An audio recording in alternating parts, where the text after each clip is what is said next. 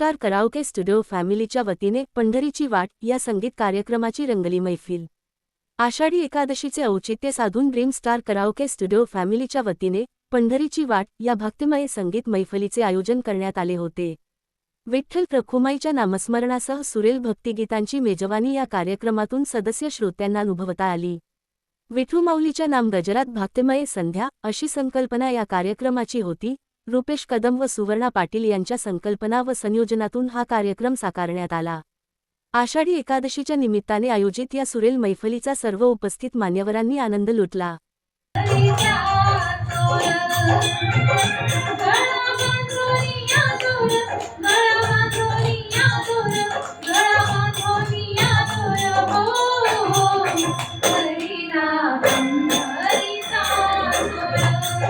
वेदा नाही कळला अंतपार याचा